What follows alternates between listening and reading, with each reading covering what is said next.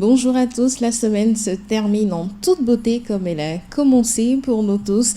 Et aussi, c'est le dernier round pour les élèves, pour ceux-là qui ont des examens à passer. Nous sommes dans le dernier round.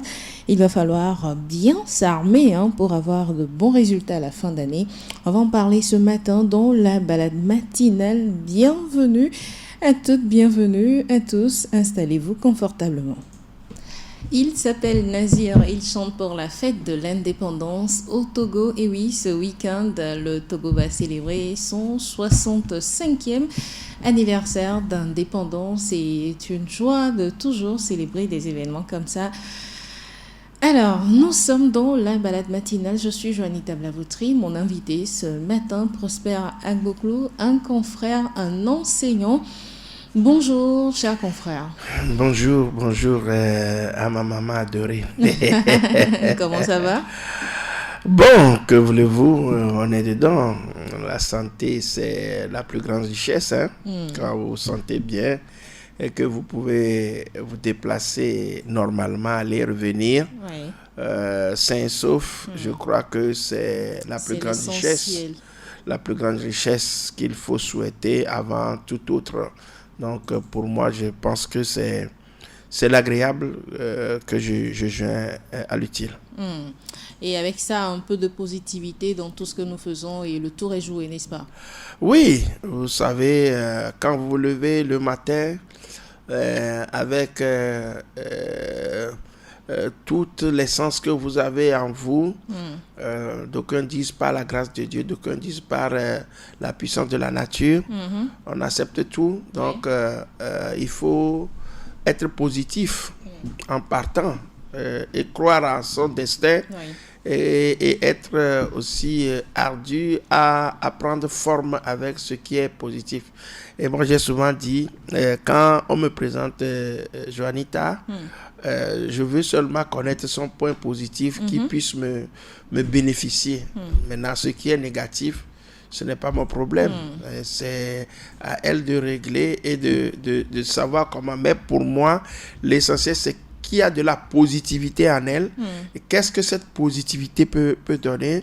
La raison pour laquelle certains pensent que pour certains d'entre nous, on pense que on est partisan de qui et on est ennemi de l'autre. Non, moi je dis, chaque homme est né avec deux faces. Il y a le côté positif et le côté négatif. Maintenant, qui vous dit que quand moi je suis là, je ne ferai pas la même chose, c'est-à-dire je ne montrerai pas mon côté négatif.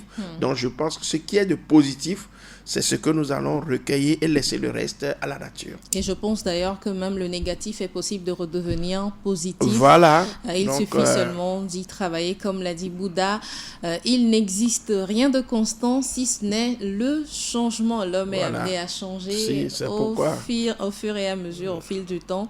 Donc rien n'est temporel. Oui, quelqu'un dit... seuls les imbéciles ne changent pas. Voilà. Donc, on est tous amenés à changer. Et l'autre a ajouté que quand vous savez qu'il y a un danger devant, donc vous n'êtes plus en danger. Quand vous savez qu'il y a un danger devant vous, donc vous n'êtes plus en danger. C'est-à-dire que... le danger est déjà maîtrisé. Voilà. Donc c'est ça. Merci Prosper pour ces belles pensées positives pour démarrer la balade matinale. Comme je le disais tantôt, le thème aujourd'hui, c'est comment aborder sereinement le dernier trimestre scolaire. Il y en a qui pensent encore qu'ils peuvent continuer par s'amuser. Ah non, c'est le dernier round. Il faut s'appliquer, il faut repasser dans tout ce qui a été fait. On en parle tout à l'heure avec Prosper. Mais avant, je vous propose une recette de préparation de punch tropical fait maison avec Augustine Doumé. Salut! Réaliser du punch tropical chez vous à la maison. C'est possible. Pour cette préparation, pour 6 personnes, vous avez besoin de 10 minutes de temps de préparation. Vous aurez également besoin de 500 ml de jus d'ananas, 500 ml de jus de mangue, 250 ml de jus d'orange, 250 ml de lait de coco, 100 ml de rhum blanc, optionnel bien évidemment, 2 cuillères à soupe de sirop de grenadine, des glaçons des feuilles de menthe pour la garniture. Pour la première étape, dans un grand bol à punch, mélangez le jus d'ananas, le jus de mangue, le jus d'orange et le lait de coco. Ensuite, si vous souhaitez une version alcoolisée, ajoutez le rhum blanc et mélangez bien. En troisième étape, ajoutez le sirop de grenadine et remuez délicatement pour créer un effet marbré. Étape 4, remplissez le bol de punch de glaçons pour le garder bien frais. Cinquième étape, décorez avec des tranches d'ananas, de mangue et d'orange, ainsi que quelques feuilles de menthe pour une touche de fraîcheur. La dernière étape, qui est l'étape 6, servez le punch tropical dans des verres garnis de tranches de fruits et d'une feuille de menthe.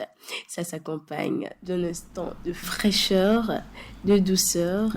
C'est tellement délicieux. Profitez-en. Et oui, c'est le week-end, profitez-en, faites plaisir à vos invités, à vos amis qui prendront la peine de venir vous visiter. Bon début de week-end à tous et à chacun. Et je me tourne à présent vers Prosper, c'est le dernier round. Qu'est-ce que vous avez l'habitude de dire aux élèves dans ce dernier trimestre qui va commencer déjà lundi ici au Togo?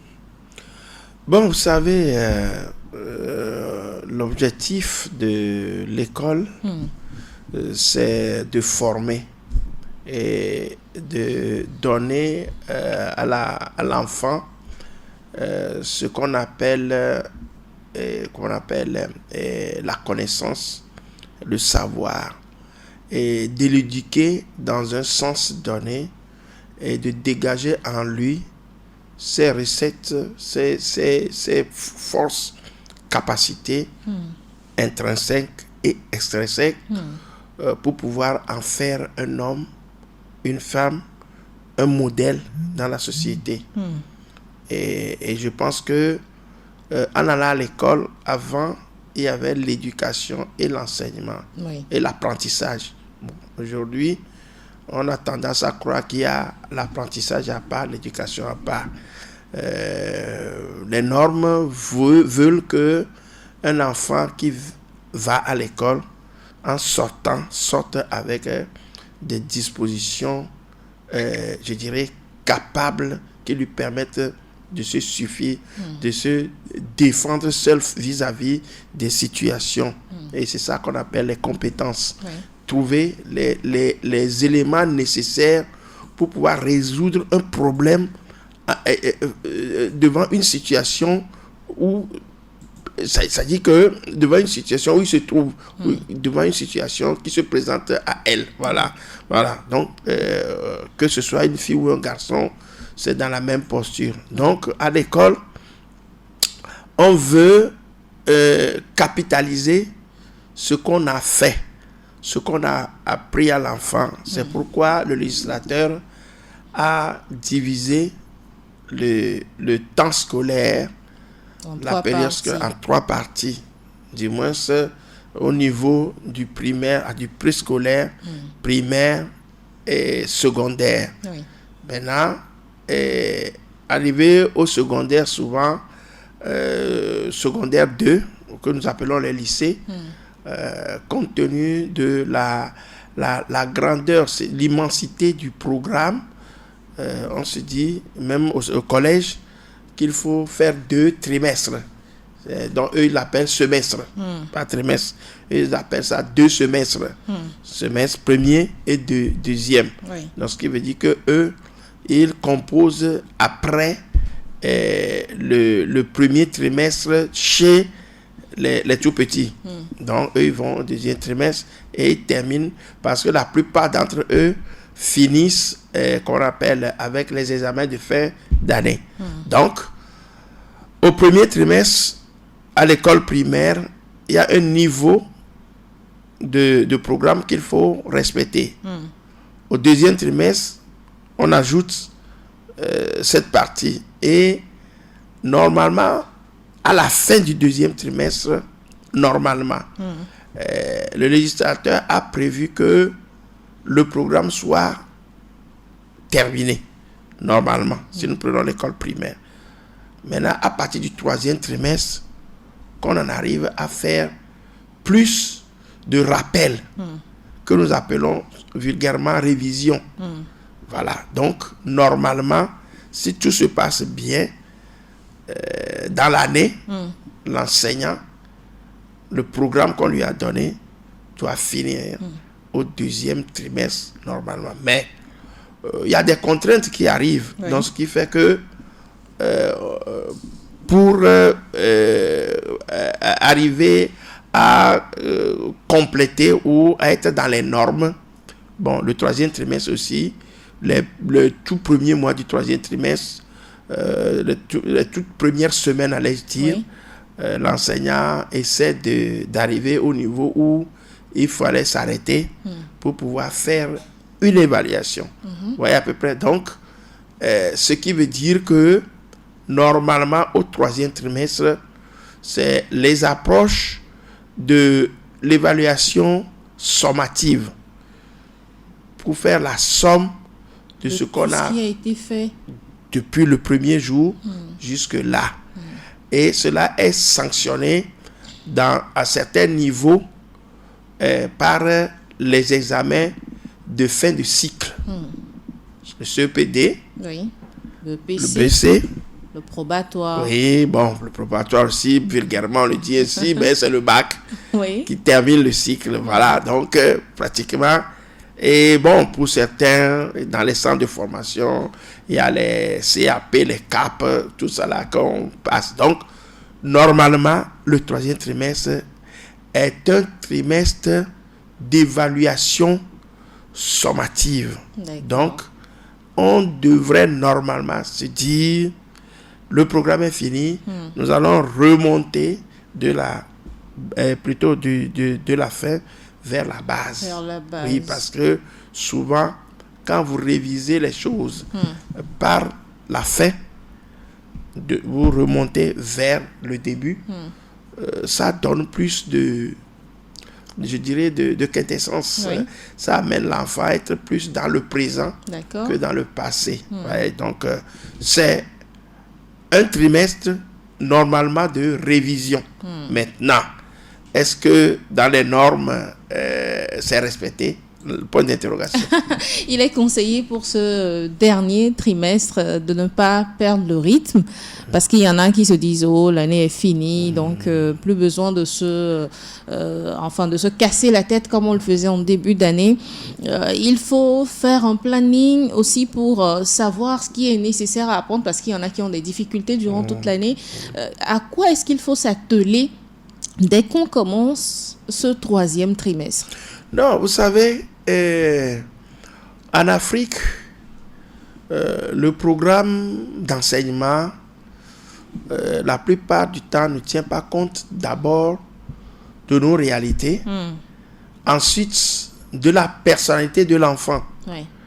L'étude de l'enfant, que nous appelons la psychologie de l'enfant, de la personnalité de l'enfant, est une science qui normalement précède l'apprentissage à l'enfant.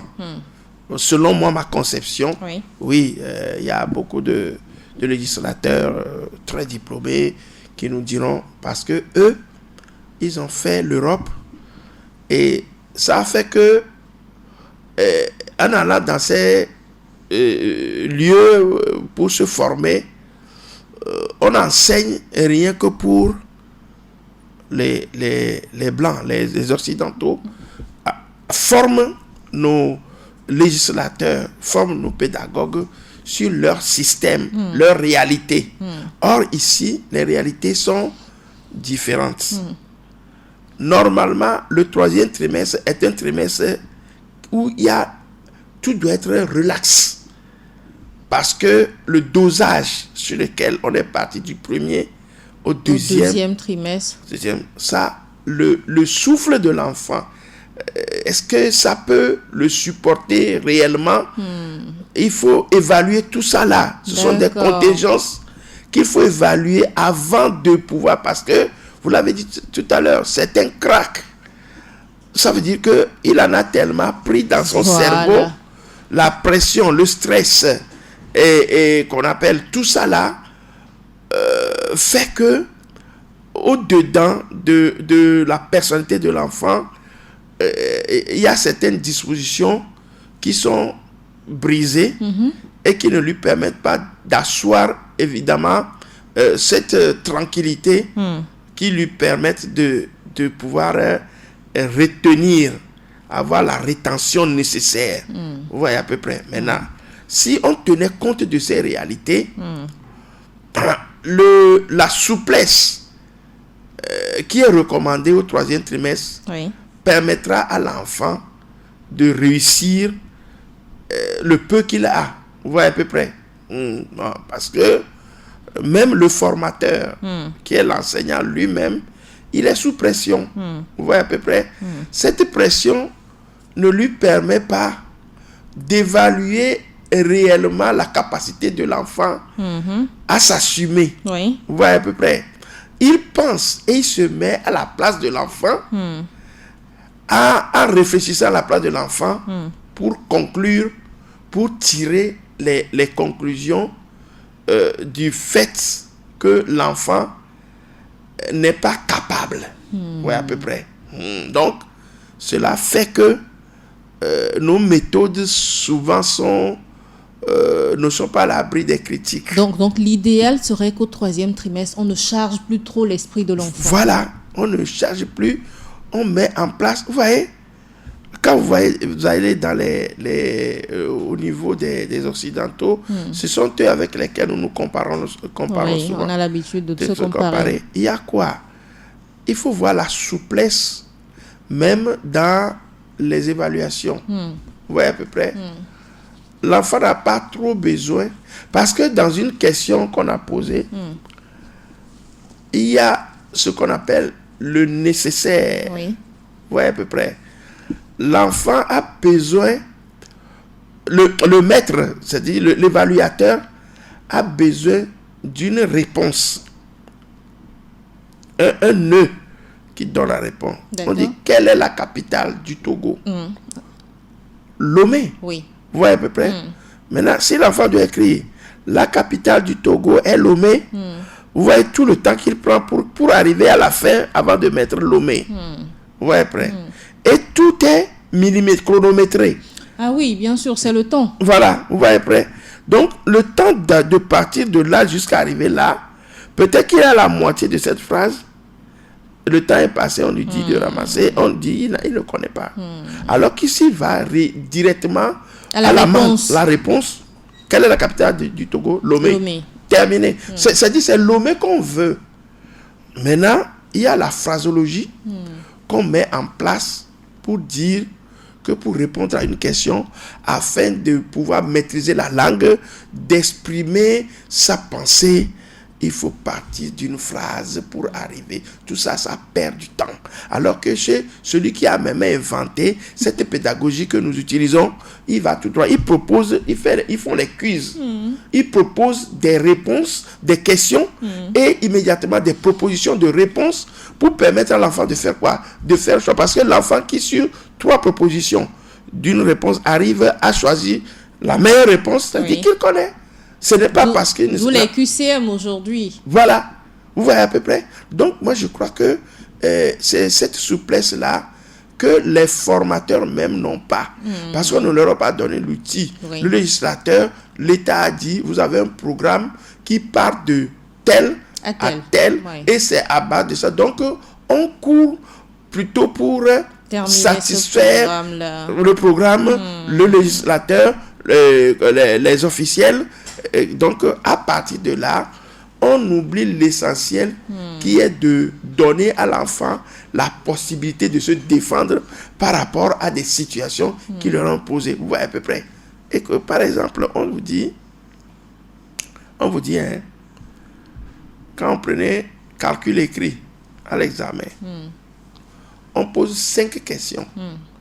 On donne 5 numéros. 1, 2, 3, 4, 5. On dit ça fait 40 minutes pour l'enfant.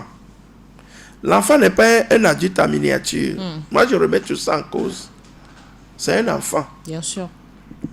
Ce que le maître peut, lui, tout de suite déceler en 2-3 minutes. Parfois même, nous-mêmes, on s'essaye on prend plus de temps à résoudre Oui. un numéro. Surtout, il y a des jours où on est mal réveillé. Voilà. On n'a pas la maîtrise du théorème, de la règle de calcul là. Ouais. Ça vient, parfois on se trompe sur les calculs. Et au petit enfant, on dit, vous avez 40 minutes. Si vous divisez 40 par 5, ça fait, je crois, 8 ou bien 6. Oui. Voilà. Et on lui dit, vas-y. Alors, l'enfant qui se dit, puisqu'il n'est pas formé pour ça, il a déjà la pression. Il faut terminer les 5 numéros. C'est 30 minutes qu'on donne. C'est 30 minutes. Il faut terminer les 5 numéros pour avoir 4, ça fait 20. Oui. Ouais, à peu près, non? Oui. Alors, qu'est-ce qui se passe? À cause de la pression, celui-ci veut, l'enfant là veut aller très rapidement. Oui. Il n'a pas suffisamment de temps, mais il pioche, il écrit, et à la fin, on lui dit, oh, ces enfants-là, Oh là là. oh, la règle là, on l'a faite la dernière fois, et il n'arrive pas à maîtriser. Oh, c'est le temps qui donne raison. Vous voyez à peu près. La compréhension, je crois que vous-même, vous lisez des romans. Oui. Pour bien comprendre, il faut lire, parfois même relire, lire et relire avant de pouvoir comprendre. On ne tient pas comme ça. Donc, ce qui veut dire que on va un peu à volo par rapport à l'idéal, au concret même. Donc, le 3e trimestre, en principe, quand vous rentrez dans les classes, il faut que le maître soit en train de faire qu'on appelle un exercice, une évaluation de la connaissance en se rendant les trucs très souples. Ouais, à peu près. Et quand l'enfant arrive à déceler les réponses qui lui sont déjà données, il fait ses analyses et il donne la réponse tout de suite. Il n'a pas fait assez d'efforts, mais il est récompensé. Exactement. Ça donne plus de l'émulation. Ça donne plus je dirais, d'outils à l'enfant, de la confiance. C'est réglé. Bon, maintenant... Parlons même des examens et de tout ce qui s'y fait. Il y en a qui particulièrement se disent « Ah non, pour cette année, je vais corser le niveau de l'épreuve pour que les enfants ne s'en sortent pas. » Est-ce une bonne idée de vouloir empêcher les enfants de réussir dans une matière? Et je ne sais pas si... l'occasion ne m'est jamais donnée de proposer des sujets d'examen. Par exemple, pour le CPD, pour le truc, c'est vrai, dans les basses classes, enfin les petites classes, nous le faisons. Mais nous composons avec le programme, les sujets officiels. Oui. Ouais, à peu près. Il y a les inspections qui proposent les sujets. Bon, dans les enquêtes, c'est que les inspections demandent aux écoles de proposer des sujets et après ils viennent faire le tri pour envoyer aux examens, lors des évaluations. Oui. Bon, maintenant, la question est bienvenue, elle est bienvenue. C'est ça qui porte atteinte même à la dignité de ceux qui, moi je le dis, composent les sujets. Oui, à peu près. On pense que c'est quand l'enfant fait le plus difficile qu'il est bon. C'est pas le cas. C'est-à-dire, c'est pas le cas. C'est-à-dire qu'on pense que si l'enfant là fait la question qui est très difficile là, c'est là. Mais, paradoxalement, on demande aux enfants, lisez bien, hein. Vous avez 5 questions, commencez par le plus facile. Oui. Qu'est-ce que vous appelez facile? Ce qui est accessible À l'enfant, ce qui peut faire rapidement et gagner du temps. Vous voyez à peu près. Bon, est-ce que c'est une abomination quand vous le dites? Pourquoi on doit commencer par... Et ça, je crois que c'est un fait qui est là et qui doit être corrigé. Nous le dénonçons souvent parce que ce n'est pas possible qu'on commence par ce qui est difficile. Et ça, c'est un crime contre l'enfant. Il faut, je l'ai dit tout à l'heure, commencer par le plus facile. la question qui est plus facile doit être notée avec... ça doit c'est cette question qui doit avoir la note la plus forte. Vous comprenez? Maintenant, on met la question difficile sur 5 et on lui propose un qui est facile. Maintenant, qu'est-ce qu'on veut? Veut-on évaluer ce qu'on a appris à l'enfant ou bien c'est l'enfant personnellement qu'on veut évaluer? Si c'est ça, il y a des enfants qui sont doués. Oui. Il y a des enfants qui sont doués. Donc, Effectivement. que l'école soit rien ouverte aux enfants doués.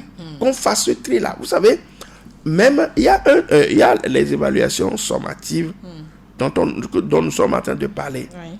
Les évaluations formatives.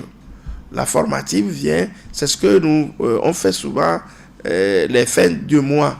Les évaluations mensuelles. Oui. Et on dit on va évaluer l'enfant pour voir si au cours du mois, le programme qui a été fait, est-ce que les enfants l'ont assimilé au cours du mois, le programme dans toutes les matières. Donc on fait cette évaluation que nous appelons formative. C'est pour former. Ce qui fait que quand l'enseignant va regarder ça, les résultats, il sait automatiquement l'enfant qui n'est pas dans les normes.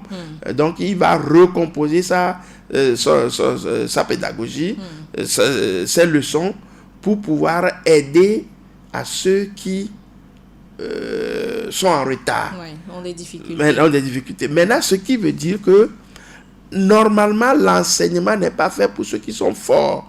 Mais malheureusement, c'est le concept que nous gardons un peu partout. Quand on arrive dans une classe, l'enfant qui est fort, il est aimé de tout le monde. Exactement. Du maître, le maître l'apprécie. Il est félicité de partout. Si celui-là qui est faible, on l'injurie.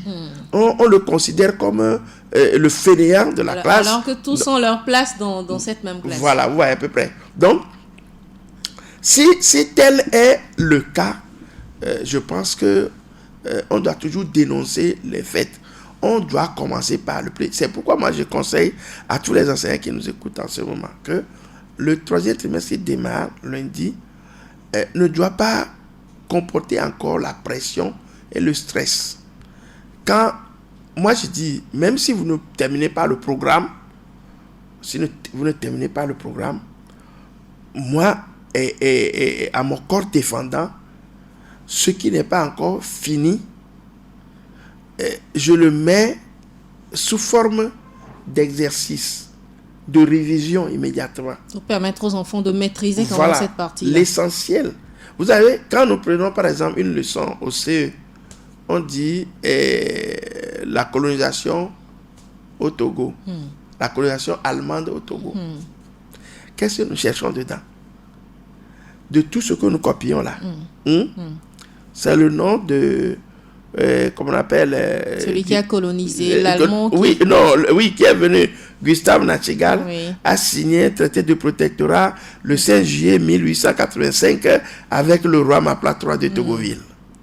Je vous dis, ça là, on copie, on met d'autres phrases importantes. Mais le nœud là, la question qui viendra, c'est autour de ces 2 points là. La plupart du temps. Vous voyez à peu près. Donc,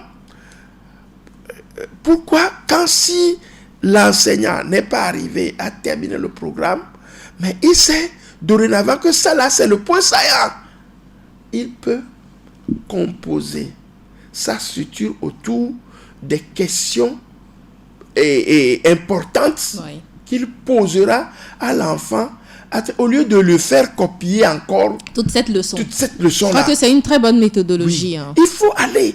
Donc ça, moi quand je tenais la crèche, c'est vrai que je suis toujours encore sur le terrain.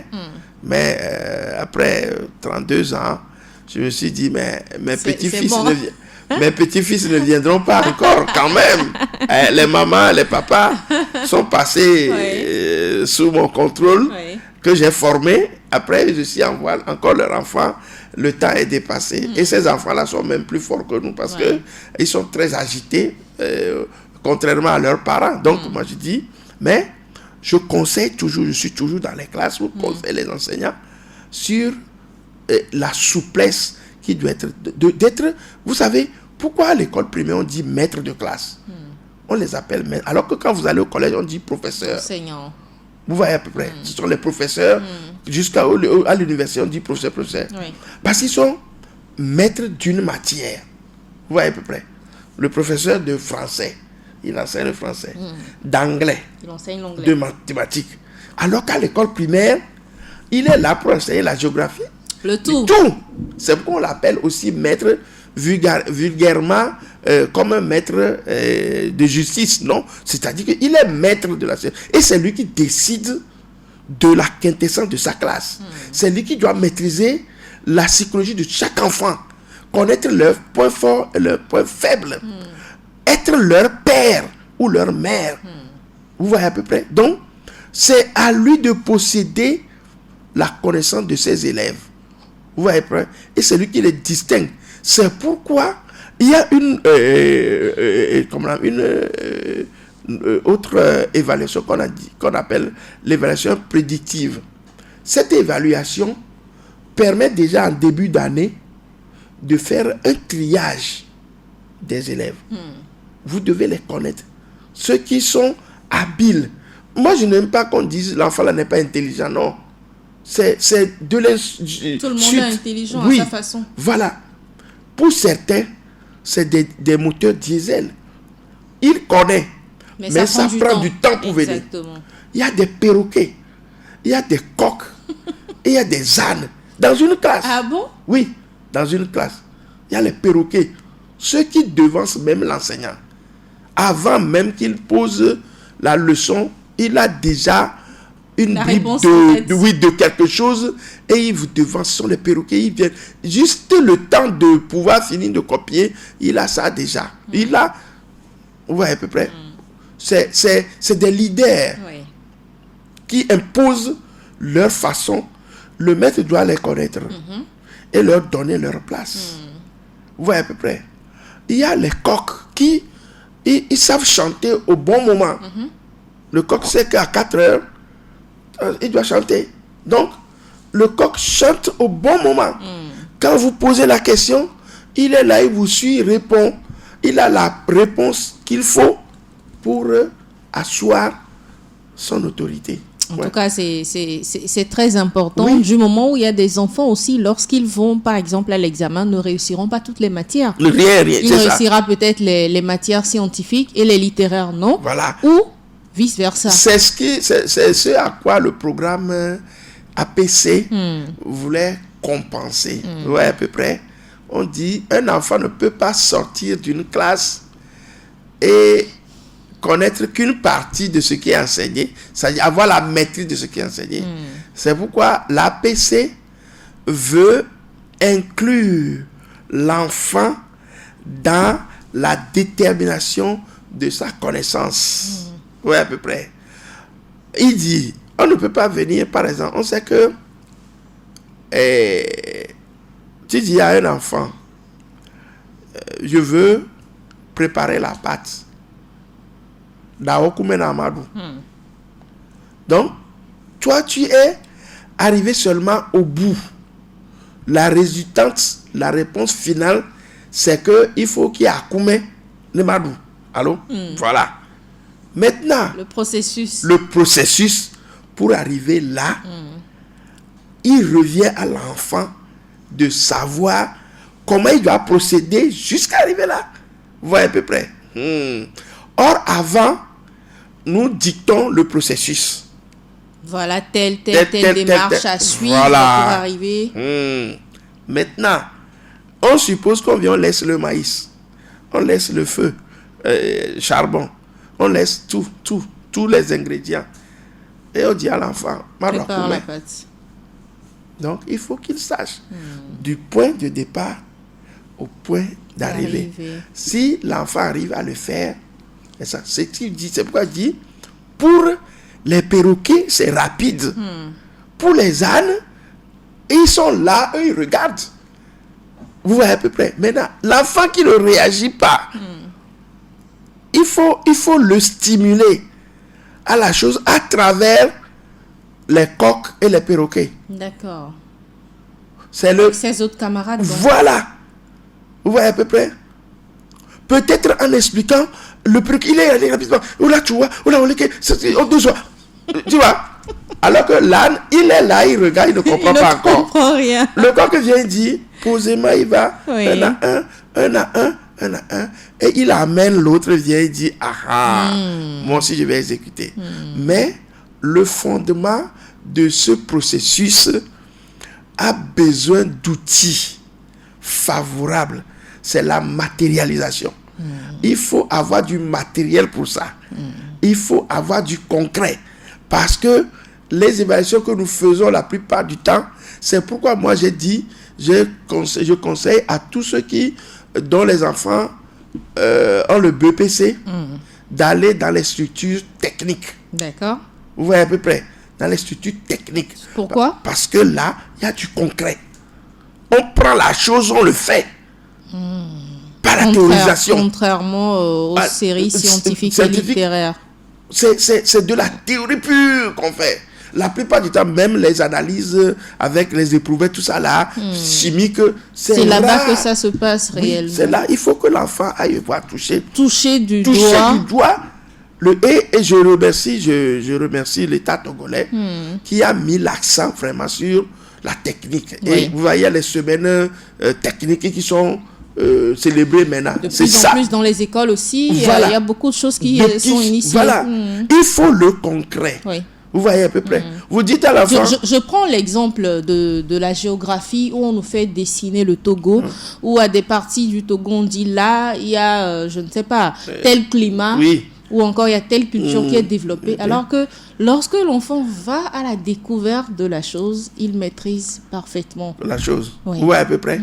On ne peut plus normalement enseigner ce que vous dites, le Togo aujourd'hui, avec ces différentes comment on appelle régions, cultures, tout ceci-là, sans image. C'est le concret. On ne peut pas. C'est vrai que nous dessinons, mais c'est pas réellement c'est pas la réalité. Vous voyez à peu près. Mais quand vous allez dans les techniques, il y a la construction mécanique, la construction électronique. Et ça travaille aussi les ménages. Les ménages. Je vous laisserai une adresse et quand les gens... il faut orienter les enfants vers là. Parce que, vous voyez aujourd'hui, le petit chinois, c'est l'évaluation qu'il fait. Le petit hongkongais. Le niveau, il est là. C'est carrément différent. Ici, on vient, on te dit le paramécie. On parle de moustiques, on parle de... Tu les dessines, tu vas en faire quoi? La question est là. C'est pas le concret. Vous voyez à peu près? Maintenant, dans les évaluations, les trucs sont posés de manière, je dirais... mathématique. Voilà, tout est écrit de manière épistolaire. On met la phrase et on positionne, par exemple, par nom. Par exemple, au CPD, au truc là, on copie au tableau. Non. Et on positionne les enfants par ordre alphabétique. Vous voyez à peu près. Et quand on met un enfant qui est A, il est devant. Z, ce n'est plus l'idéal. Il est derrière. Vous voyez à peu près. Et qu'est-ce que vous voulez? Peut-être qu'il a les mots Dieu. Il ne voit pas bien. Il ne voit pas bien. Et on écrit au tableau loin, très loin. Il doit soulever la tête, lire, revenir. Alors que chez celui-là qui a amené la pédagogie, tout est fait sur le papier. On le dépose devant, pour donner la même chance à tout le monde. Celui qui prend du derrière pour regarder devant, il met plus de temps à lire la chose que celui qui est devant. Il y a une tricherie. Mais on ne tient pas compte de ça. Il y a un manque d'équité donc dans la transmission du savoir. Voilà. Vous voyez à peu près. Donc, je crois que ce sont des trucs, malheureusement, dans nos pays africains, on ne s'accorde pas à apprendre auprès du bas peuple. On pense que celui qui est tiré à 4 épingles, qui est revenu d'Europe, qui a fait ses études aux États-Unis, à Harvard, ou encore, je ne sais pas. C'est lui qui maîtrise la chose, alors que les réalités sont vécues à travers ce que nous voyons. Vous voyez à peu près. Donc, ça, c'est des temps séculaires que ça se fait. On continue toujours le faire. Donc, au 3e trimestre, c'est tout un bagage comment on appelle, de réflexion pour l'enseignant. Qu'est-ce que je dois faire pour que ces enfants-là arrivent à... Mais puisque au moment où, dans les évaluations prédictives, quand l'enseignant arrive à scinder les enfants, à les connaître, pour certains, ils les mettent ensemble dans une rangée pour certains.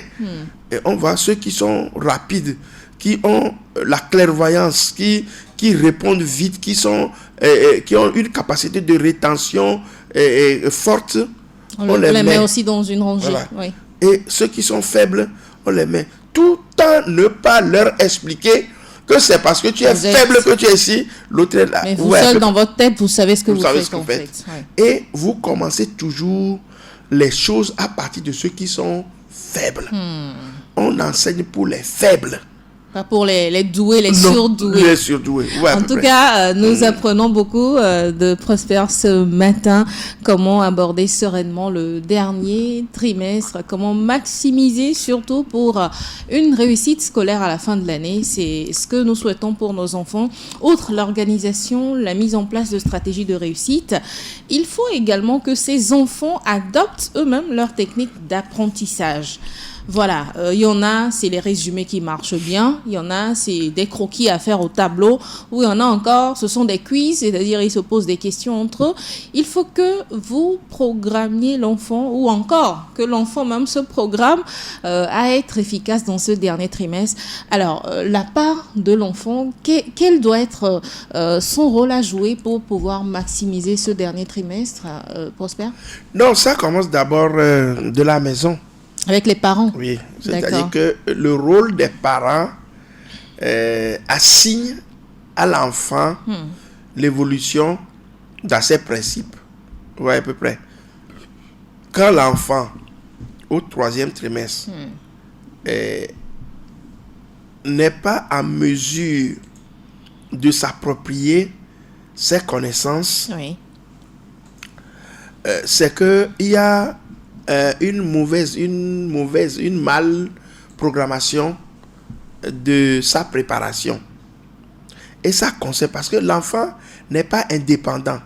Il est sous la garde, le contrôle de quelqu'un. Il doit être aidé. Malheureusement, aujourd'hui, nous sommes tellement confrontés à des difficultés que on pense beaucoup plus à l'argent pour pouvoir les supporter. Mais ça n'empêche pas que vous pouvez solliciter de l'aide pour aider cet enfant. Non, si vous, parents, vous n'êtes pas... libre. Non, je dis, la meilleure éducation, ce sont les parents qui les donnent. Eux-mêmes. La meilleure. À tes enfants, c'est à toi de leur donner. Mais il y a ces enfants qui n'apprennent pas facilement avec les parents, qui sont un peu têtus sur les bancs avec les parents. Ce que je te comprends bien, c'est que, vous savez, chaque parent veut que son enfant soit à l'élite. D'accord. Vous comprenez? Ce qui fait que la patience que tu as pour un enfant d'autrui, tu ne l'as pas pour ton le propre sien. enfant. Vous voyez à peu près. Je veux que quand je dis à mon enfant 2 plus 2, qu'il réponde rapidement 4. Vous voyez à peu près. Sans savoir que l'enfant là peut me dire 2 plus 2 égale 6.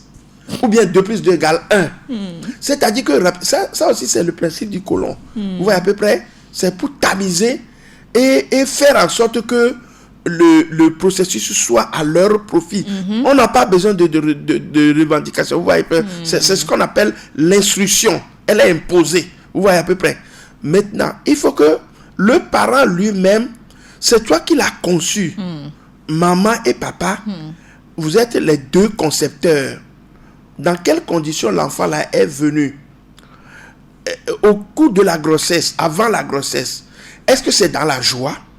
Est-ce que c'est dans l'amertume? Est-ce que c'est occasionnel? Quel était l'état de psychologie de ta femme ou bien du monsieur, du mari avant ce processus?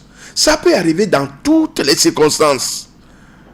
Donc, alors, c'est à partir de là, vous voyez, les Indiens, les Asiatiques, ils font toutes ces études-là sur l'enfant. C'est pourquoi en Chine, quand un enfant commet une erreur, une bêtise, on ne frappe plus l'enfant. ils se disent qu'il faut frapper plutôt le parent. Voilà. C'est le parent qui est pris en compte. Vous voyez à peu près? Prosper, nous n'avons plus beaucoup de temps. Voilà, nous sommes... C'est pourquoi je l'ai dit, à travers cela, oui. vous voyez à peu près, non? Il faut donner à l'enfant l'attitude de se préparer. Et cette préparation-là, c'est toi le parent qui doit le faire. La planification doit se faire là. Tu sais que dans un mois et demi... C'est le CPD, c'est le BPC, c'est le bac. Voilà. Il faut d'abord, c'est à partir même des paroles. La préparation psychologique. Morale. C'est ça. Ce n'est pas ce qui est dans le cahier. 2 plus 2 égale 4. Non. Les paroles douces que vous lui envoyez. La confiance que vous lui envoyez dans le traitement de chaque jour. Inspire à l'enfant une confiance qui se dit, mais si maman m'a dit d'aller apprendre, c'est que je dois lui faire plaisir. Oui. Si papa m'a dit d'aller apprendre, c'est qu'il veut quelque chose de moi. Ça passe. Et c'est là où la planification. Quand vous lui posez une question et qu'il ne répond pas, donnez-lui plutôt la confiance qu'il le connaît. Il peut le faire. Voilà. Au lieu de se jeter taper sur lui. On vit. Nous, il y a pas de vieux ni sur le clic. Tu vois, non? Déjà, tu fais quoi? Tu le brimes, tu le brises. Oui. Et l'enfant se dit, je ne veux rien. Oui, celui qui doit avoir confiance en moi, s'il ne l'est pas, ça veut dire que je ne veux rien. Vous voyez à peu près. Maintenant, tout le reste viendra avec le truc là. Maintenant, pour terminer, c'est que vous devez connaître l'état de santé de vos enfants aussi. Ah oui. Est-ce qu'il arrive à supporter la pression au mois de juin où on fait les examens? Quel a été souvent son diagnostic sanitaire? Tu dois le faire et le comprendre. Vous voyez à peu près. S'il ne doit pas manger ceci, il ne doit pas faire ceci. Il y a certains parents qui demandent même la permission à leur enfant pour un traitement. Vous voyez à peu près. Donc si vous maîtrisez tout ça là, tout le reste viendra, parce que ce n'est pas ce que l'enfant connaît qui va sortir à 100%. Vous voyez à peu près. Exactement. Oui, moi je dis, si au moins l'enfant arrive à faire 55% de ce que je lui ai appris, ça suffit. Aujourd'hui même, c'est prouvé que ce sont les moyens qui réussissent mieux dans la vie, parce que ayant maîtrisé un peu de tout, les plus forts, les surdoués, comme on le dit, après ils ont un blocus devant. Prosper, merci pour tous ces éclaircissements dans cette émission. Je crois que c'est un plaisir. Oui. Et une considération, parce que nous ne sommes pas les voix autorisées, mais si vous nous faites confiance, c'est que ça donne encore le baume au cœur de pouvoir continuer par apprendre et d'apporter le souffle à la société. Exactement. Il est essentiel de maintenir un bon équilibre entre les études et les loisirs, à ne pas mettre de côté aussi dans ce 3e trimestre, parce que quand vous surchauffez trop l'esprit de l'enfant, il faut lui permettre de se détendre un peu avec des loisirs, mais il est nécessaire de rester concentré et déterminé, et cela passe par les enfants pour réussir donc à la fin de ce 3e trimestre, comme l'a dit Prosper Agboklou. Je suis Joanie Tabla-Vautry. On se retrouve lundi pour un nouveau numéro de la balade matinale. D'ici là, portez-vous bien et bonne fête de l'indépendance à tout un chacun. Bye bye.